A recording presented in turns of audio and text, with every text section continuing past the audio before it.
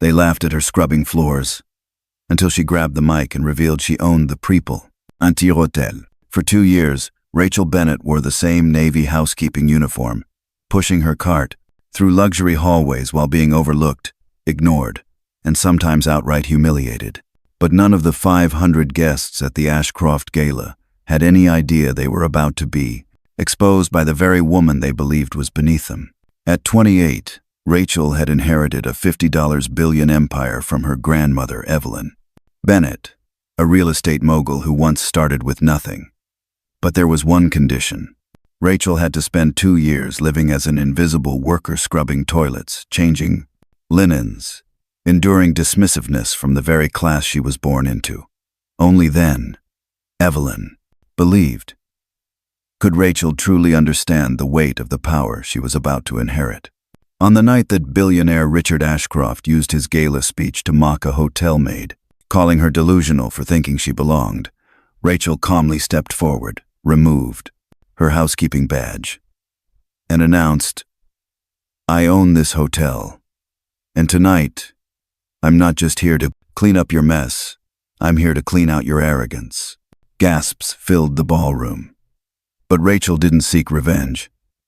She offered the Ashcrofts a chance to work in the hotel, to feel what it meant to be invisible, because Rachel knew her true power wasn't in the billions, but in the wisdom to use it with mercy, not pride. And that night, New York society learned, you never know who's scrubbing your floor or what empire she's building while you look away. They mocked the maid until she revealed she owned the building they stood in. It was supposed to be an ordinary Tuesday at the Grand Lexington Hotel.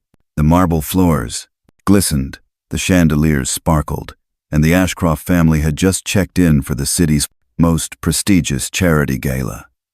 But what unfolded that day would become a defining moment in New York society, a lesson in dignity, humility, and power.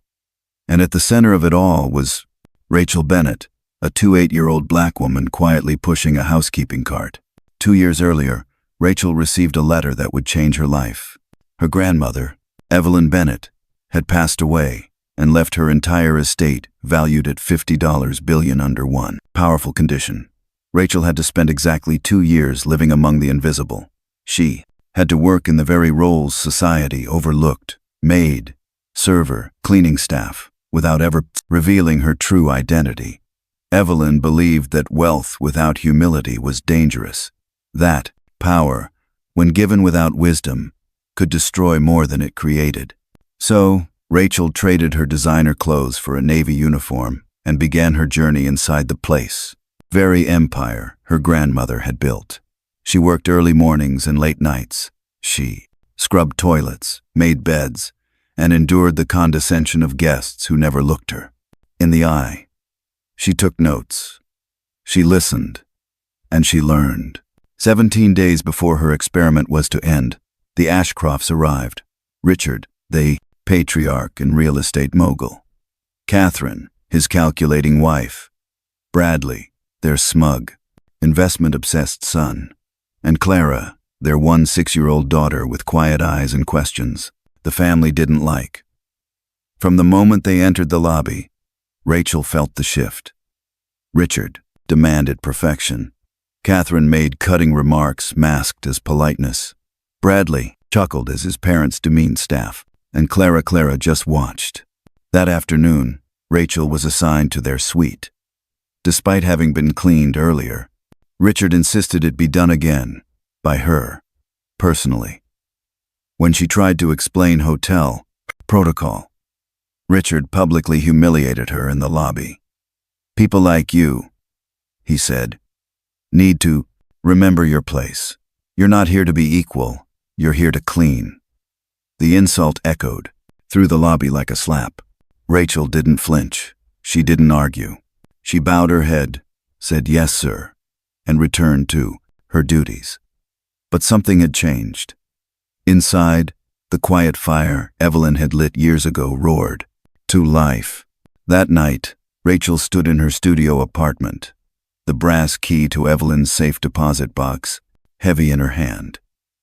Inside that box, was the deed to the Grand Lexington Hotel, among dozens of other properties.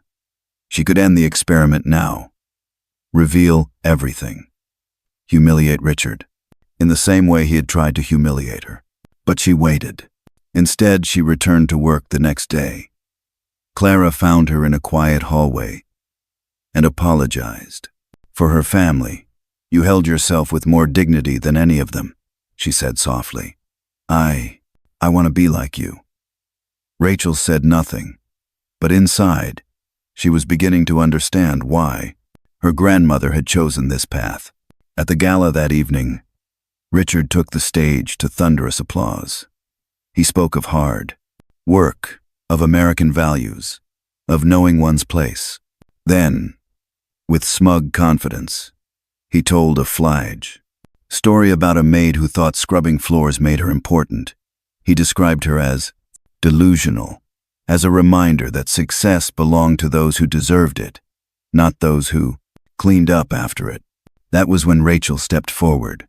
Wearing her housekeeping uniform, she took the mic. The woman Richard Ashcroft mocked. "Tonight," she said calmly, "is me." Gasps rippled through the ballroom, and while I've spent the past 2 years cleaning rooms and scrubbing floors, I've also been living a promise to my grandmother, Evelyn Bennett, the woman who built this hotel, the woman who left me an empire. She reached into her pocket and unfolded the deed to the Grand Lexington Hotel. I don't just work here.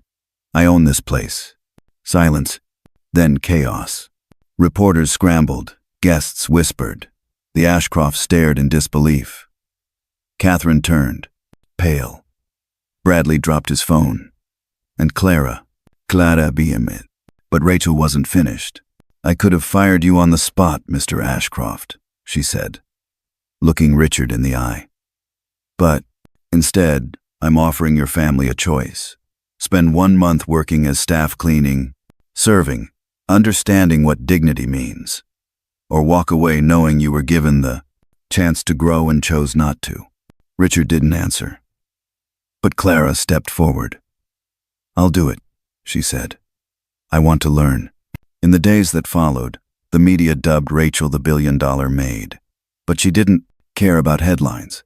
She cared that Clara stayed true to her word, that Catherine struggled, but learned, that Bradley discovered he liked helping guests, and even Richard eventually came to her with a quiet apology and a request. "Will you teach me?" 6 months later, Rachel runs the hotel as CEO. The Ashcrofts now work alongside former staff in the Worker Dignity Initiative, a program Rachel launched to transform hospitality culture. Clara interns with Rachel's foundation. Catherine funds scholarships. Bradley handles guest services with an unexpected knack for patience. And Richard, he sweeps the lobby every morning at dawn. Because Rachel understood what her grandmother always knew. True power isn't what you own. It's who you choose to become when no one's watching. They laughed when she pushed the cleaning cart until she stepped onto the ballroom stage and revealed she owned it all. The night began like any other charity gala in Manhattan-gent crystal chandeliers, ivory linens, champagne towers, and the Ashcrofts soaking in applause at the front table. No one paid attention to the young black maid walking past in a crisp navy housekeeping uniform, balancing trays of wine glasses with grace. That maid's name was Rachel Bennett, and she had been invisible by design for nearly 2 years. But tonight, the room that once ignored her would be left stunned by a truth no one saw coming. Rachel was no ordinary hotel staffer. She was the sole heir to a $50 billion fortune left by her grandmother, Evelyn Bennett, a self-made real estate tycoon. But Rachel couldn't touch a dime until she fulfilled one condition. She had to spend 2 full years living among the overlooked working as cleaning staff in the hotel her grandmother secretly owned. Evelyn believed that true wealth demanded wisdom, and wisdom only came from understanding. Powerlessness. Rachel agreed. She traded penthouses for shared apartments, couture for uniforms. For 713 days, she scrubbed toilets, wiped windows, and swallowed her pride, watching how the wealthy treated those they deemed beneath them. She took notes, not of dust, but of dignity, not of luxury, but of character. And no one tested her patience more than the Ashcroft family.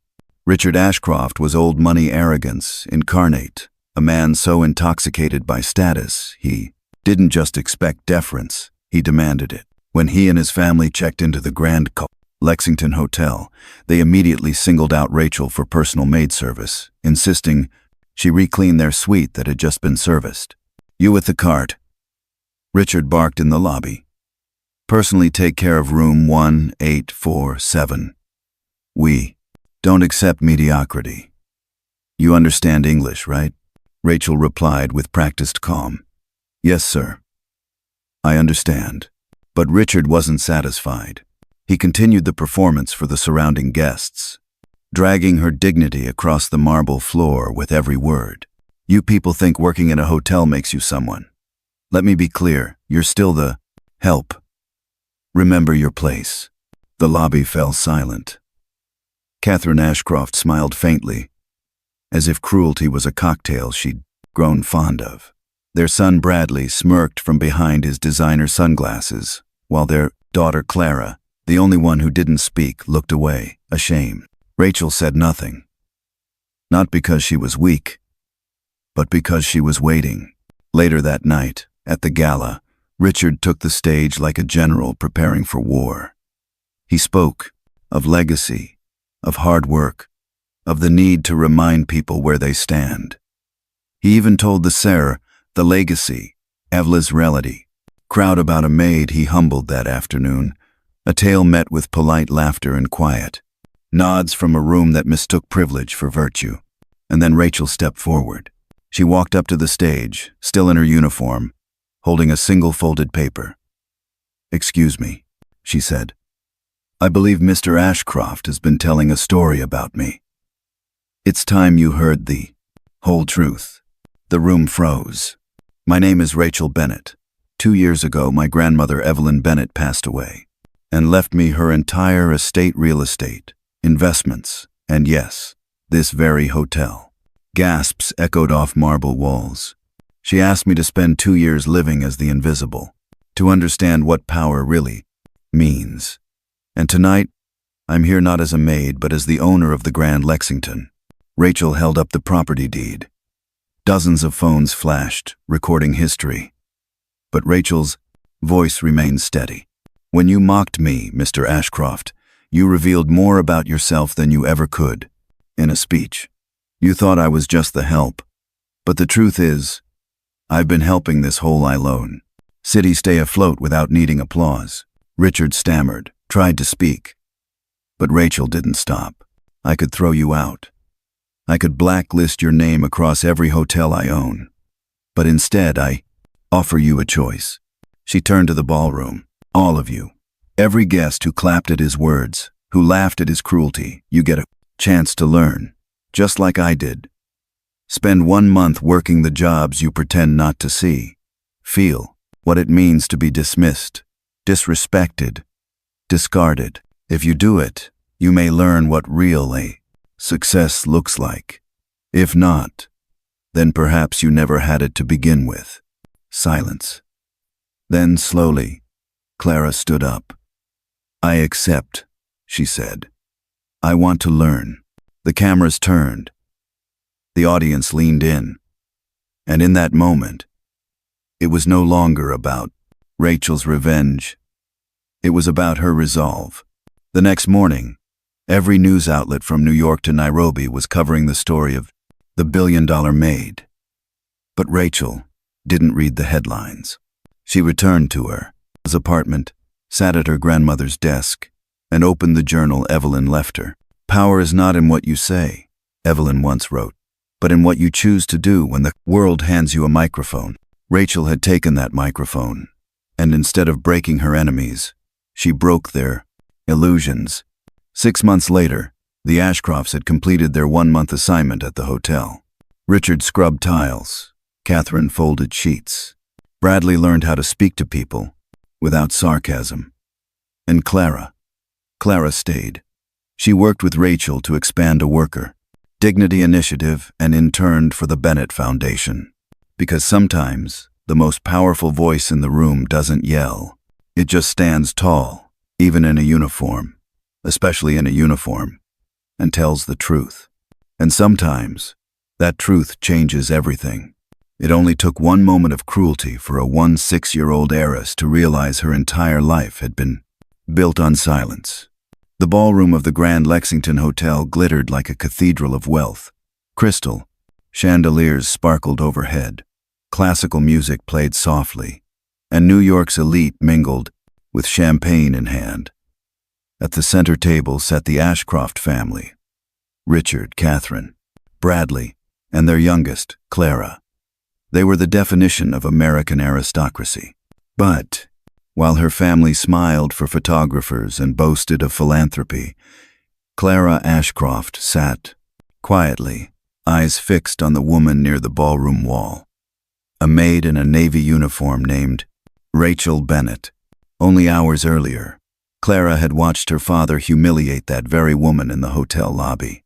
Rachel had stood silently as Richard Ashcroft, her father, belittled her in front of strangers.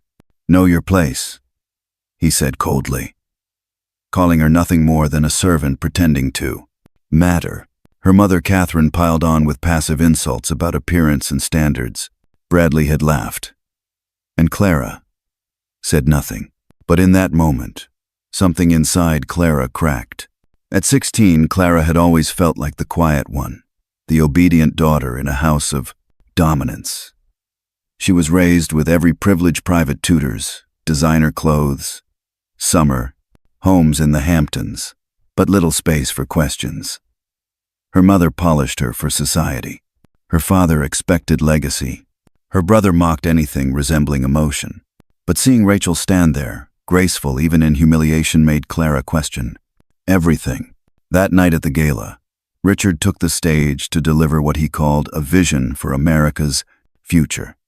With practiced eloquence, he praised hard work and personal responsibility, denounced entitlement, and then with a smirk told the room about a hotel maid who confused proximity to wealth with importance. She needed reminding, he said, that no uniform can change your place in the world. Laughter rippled through the audience, until Clara stood. The ballroom gasped as the 16-year-old heiress interrupted her father in front of 500 of the most powerful people in the city. "Stop," she said, her voice trembling, but loud enough to silence violins and murmurs. "You're talking about Rachel, the woman you mocked today, the woman who never disrespected you but got treated like trash because she wore a name tag." Richard froze at the podium. "Clara, sit down," Catherine hissed. "No," Clara said, her voice steadier now. "She did nothing wrong.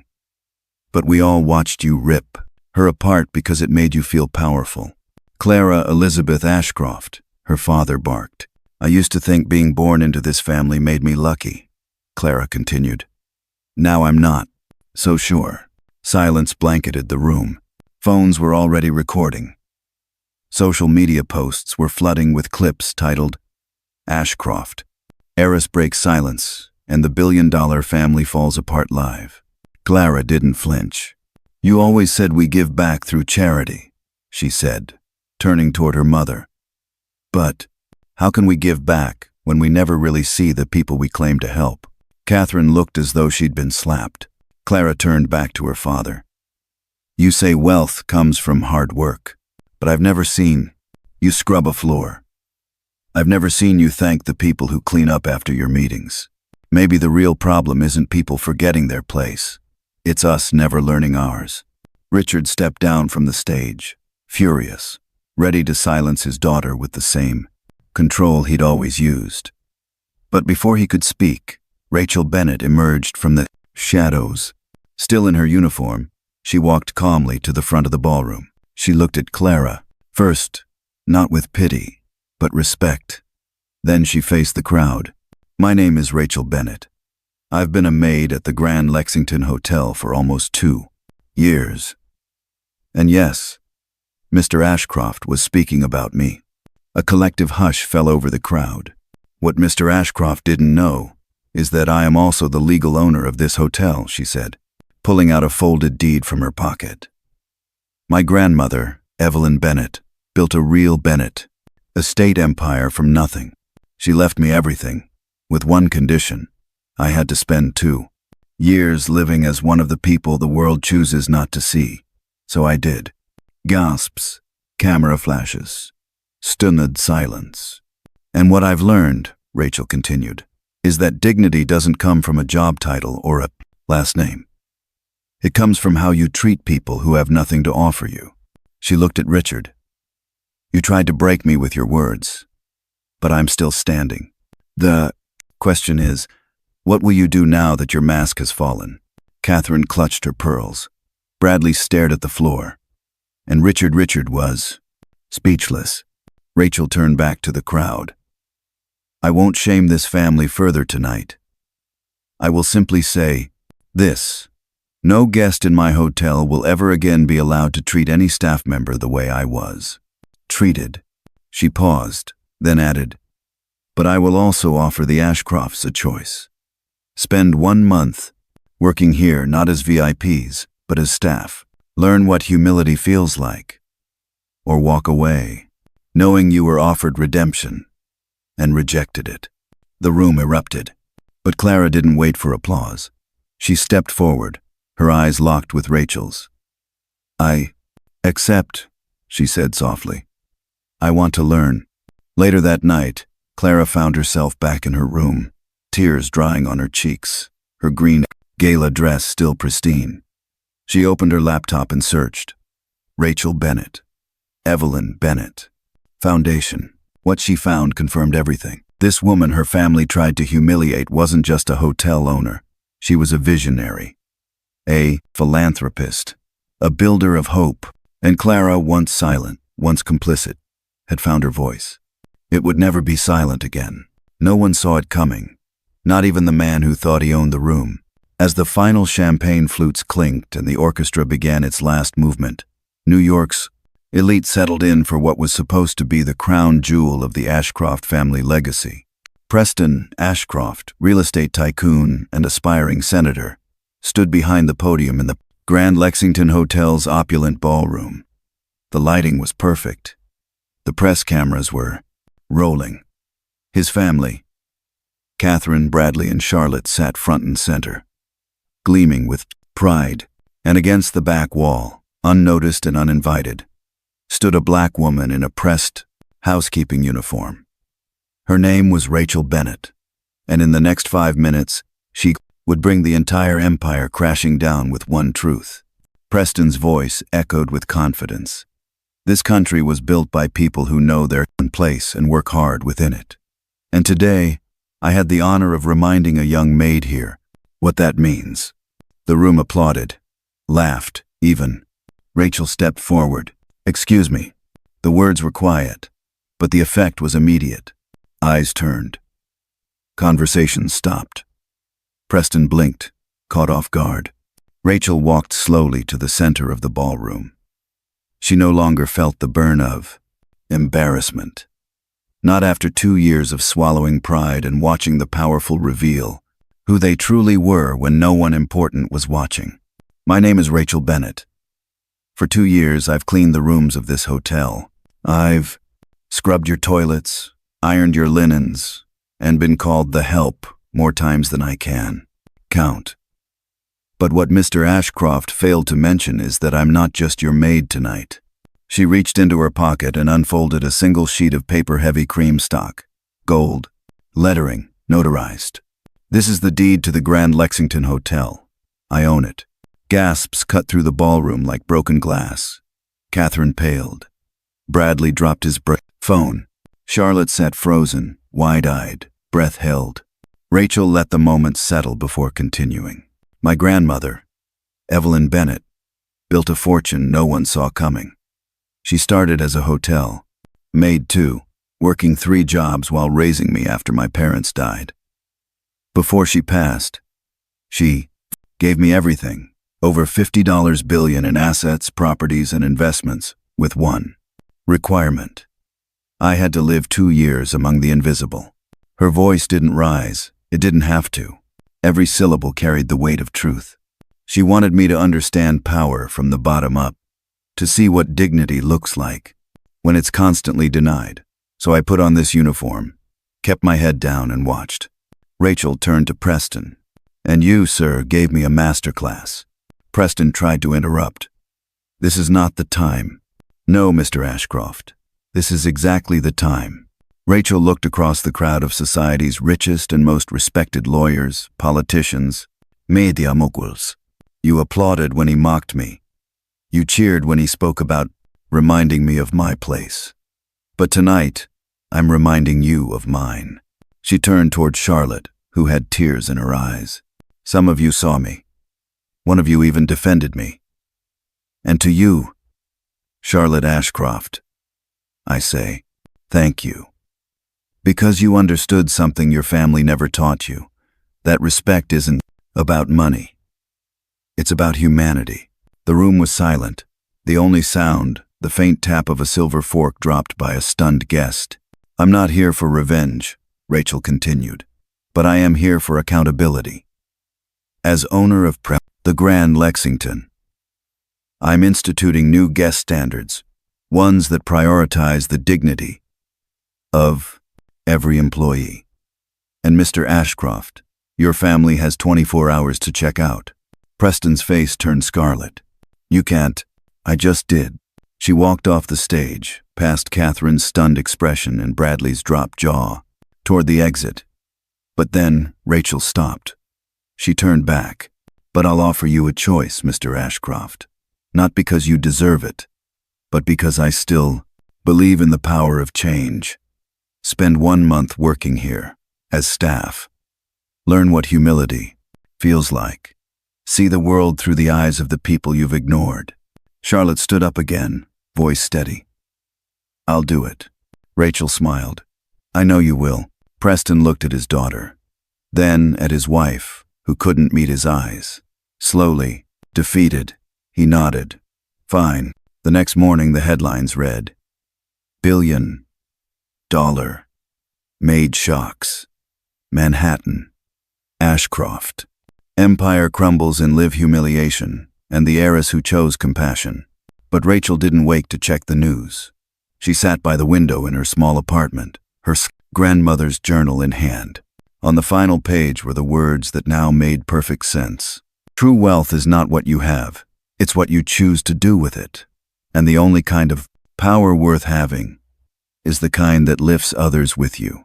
That night, Rachel had lifted a mirror to a world that had forgotten how to see. And somehow, without raising her voice, she changed everything. The woman they mocked in a housekeeping uniform now sat at the head of the empire they thought they ruled. 6 months had passed since Rachel Bennett stood in the ballroom of the Grand Lexington Hotel and revealed the truth. She was not a maid. She was the owner. The $50 billionairess to Evelyn Bennett's real estate fortune. The woman they had humiliated in public was the same woman who now owned their future. That night had shattered everything the Ashcroft family believed about power, class, and identity. Preston Ashcroft, once a smug titan of industry and politics, had watched his name become a symbol of arrogance. His speech, meant to launch a Senate run, became a viral meme of cruelty and entitlement. Catherine, his elegant but cold wife, had seen her face plastered across headlines, her disdain immortalized in high definition. And Bradley, their self-absorbed son, was reduced to silence, mocked for a smugness he could no longer afford. But something unexpected happened after Rachel's public revelation. She didn't destroy them. She offered them a chance. "You have 24 hours to check out," she had said, "or stay and work as staff for 1 month. No titles, no privileges, just people." Everyone expected the Ashcrofts to leave in disgrace, but Preston surprised them all. He stayed. So did Catherine, and so did Bradley, reluctantly at first. Clara, their daughter, didn't hesitate. She had stood with Rachel that night in the ballroom, calling out her family's cruelty even as the cameras rolled. Her transformation had already begun. But now, she walked beside Rachel, both figuratively and literally, as the hotel's newest intern, learning how empathy, not arrogance, ran a business worth respecting. The first week was the hardest. Preston reported to building maintenance.